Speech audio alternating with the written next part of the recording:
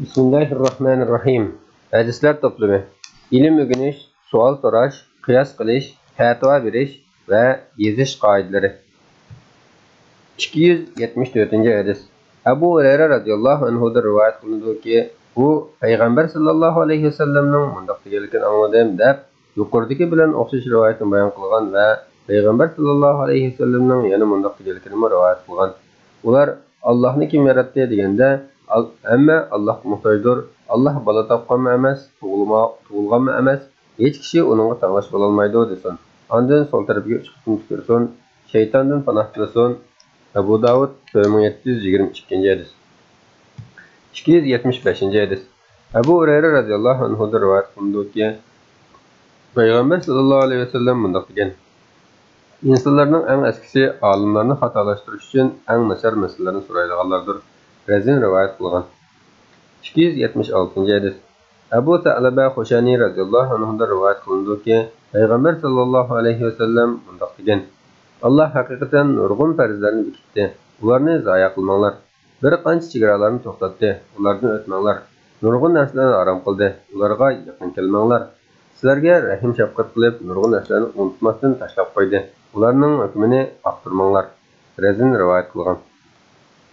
277 hadis. Jabir radhiyallohu anhuning mundaq deganligi rivoyat qilinadi. Savol ko'p so'ralganlik uchun ayollarning bir-biriga la'nat o'qishi haqida oyat nozil bo'lgan. Bazzar rivoyat qilgan. 278 hadis.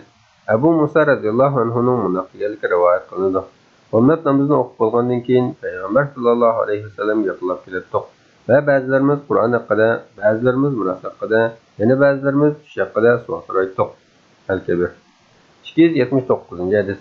Abdullah ibn Umar radhiyallohu anhudan rivoyat qilinadiki, payg'ambar sallallohu alayhi vasallam mundaq degan: Pul xajlaganda o'tiral bo'lish hayotning yarmi, kishilarga suyumli bo'lish aqlning yarmi, adab bilan savol so'rash bo'lsa ilmning yarmidir. Al-Awsat. 280 hadis. Maqdad ibn Asbad radhiyallohu anhuning mundaq deganligi rivoyat qilinadi.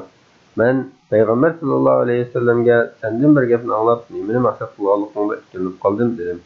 Payg'ambar sallallohu alayhi vasallam biror ish ikkilanib qolsanglar mendan so'ranglar dedi.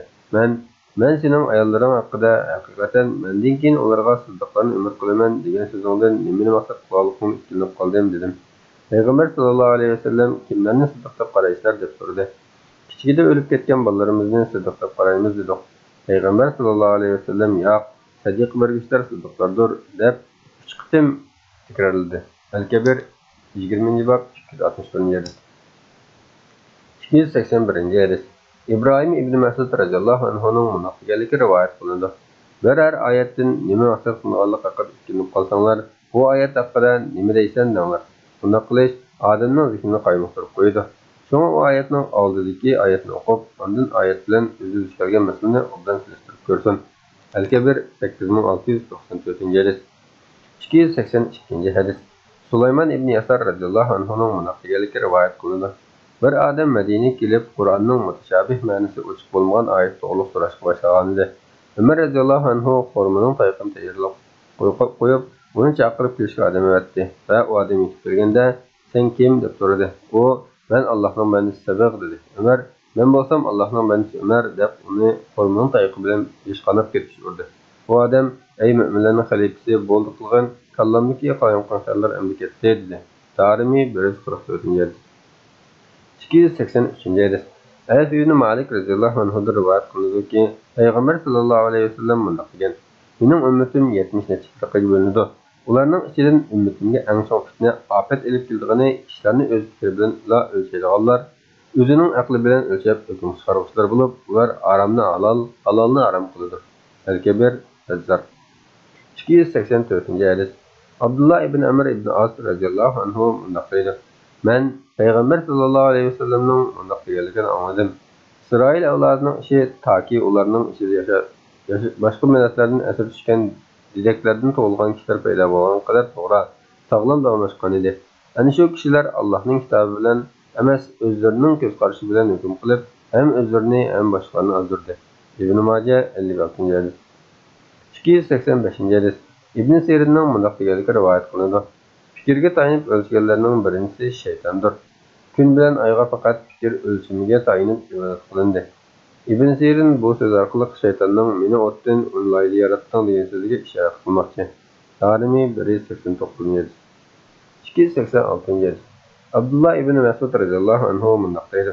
Kishilar fatvo so'ragan har qanday masalaga fatvo bergan kishi sarangning o'zidir. Al-Kabir. 287.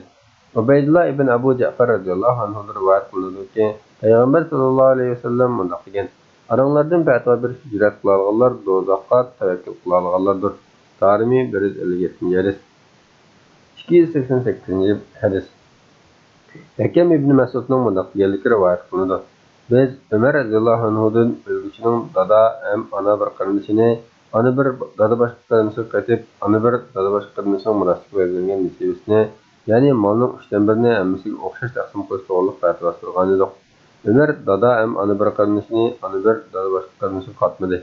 O'xshash masalani yana bir yil so'rasak, qamaylinga taqsim qildi. Uningdan bu qanday bo'lgani deb so'rasak, u ashu chaqdagi ijtihadimizga ko'ra qilgan hukm edi. Bu bo'lsa hozirgi ijtihadimizga ko'ra bilgan hukm dedi. Darimi 645. 290. Jabir radhiyallohu anhudan rivoyat qilinadiki, Payg'ambar sallallohu alayhi vasallam mundaq degan: Agar biringlar kitob yozsa, rad kelsin, chunki u maqsadni oson uqtirishga foydali. Termiziy 2713. 291. Salman Farisi radhiyallohu anhuning mundaq deganligi rivoyat qilinadi. Payg'ambar sallallohu alayhi vasallamdan ortiq hurmatli kishi yo'q edi. Sahobalari uningga xat yozgan chog'da falondan Allohning rasuli Muhammad sallallohu alayhi vasallamga deb yozdi. Al-Kabir 6108. 292. Abdullah ibn Zubayr radhiyallohu anhuning mundaq deganligi rivoyat qilinadi. Zayd ibn Sabit, Abdullah ibn Arqam, Umar, Osman, Ali, Mughira ibn Shu'ba, Khalid ibn Said ibn As va boshqalar Payg'ambar sallallohu alayhi vasallamning ta'qib qilgan edi. Al-Kabir 748. hadis.